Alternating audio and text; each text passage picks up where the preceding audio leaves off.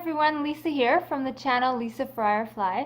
Today I want to talk to the caregivers out there who are going to be in charge of caring for a loved one after jaw surgery.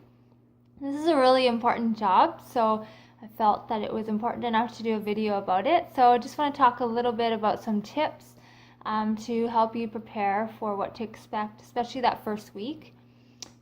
You will need to take time off work if that is an issue.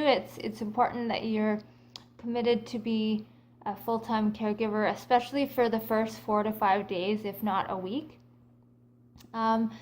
It's going to be a very tough week, and that loved one is going to be relying on you to help make sure that there's ice. The ice packs are refilled. My husband was really good at making sure that I had fresh ice packs because it melts. So he'd go to the store and get me some more ice. Speaking of store, you're going to be an errand runner. They might run out of medication or need some certain liquids, things like that. We ran out of apple juice, and I was like, I need more apple juice. So be prepared to be the errand runner.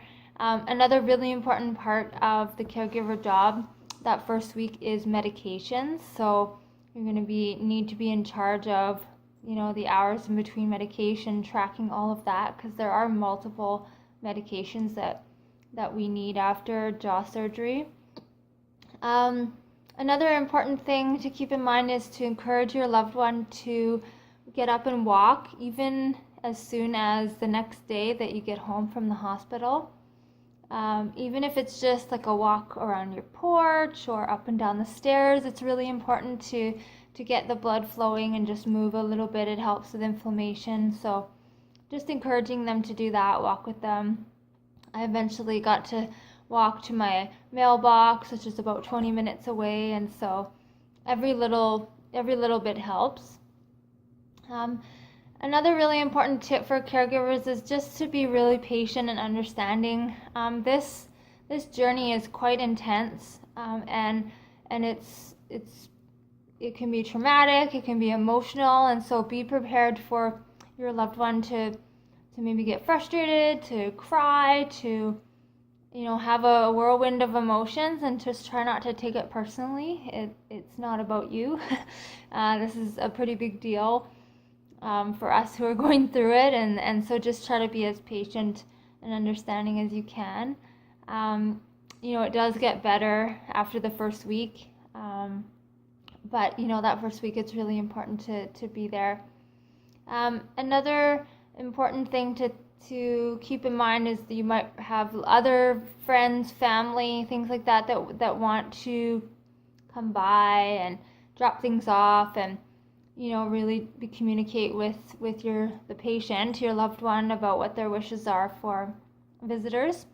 They might not be in a state or mood to really have visitors, but one piece of advice is if people come by and they want to give you soup, just take it. I blended up all kinds of soup, and it's just, it tastes so much better when there's somebody else that cooks it. So you might also have to be doing some of the cooking, and you're going to have to prepare the liquids and things like that. This is really for the first few days. Like after the first week, you'll probably be back at work, and the patient or your loved one will be way more independent, but that first week is really important to be there.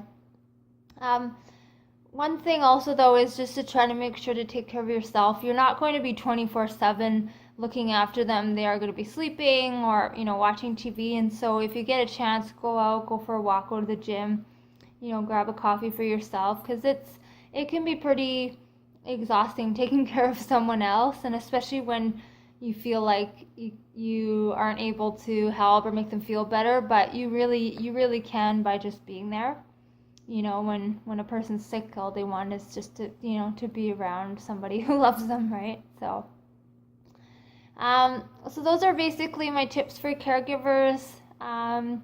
Thank you in advance for being that person for your loved one going through this crazy journey of jaw surgery. And good luck.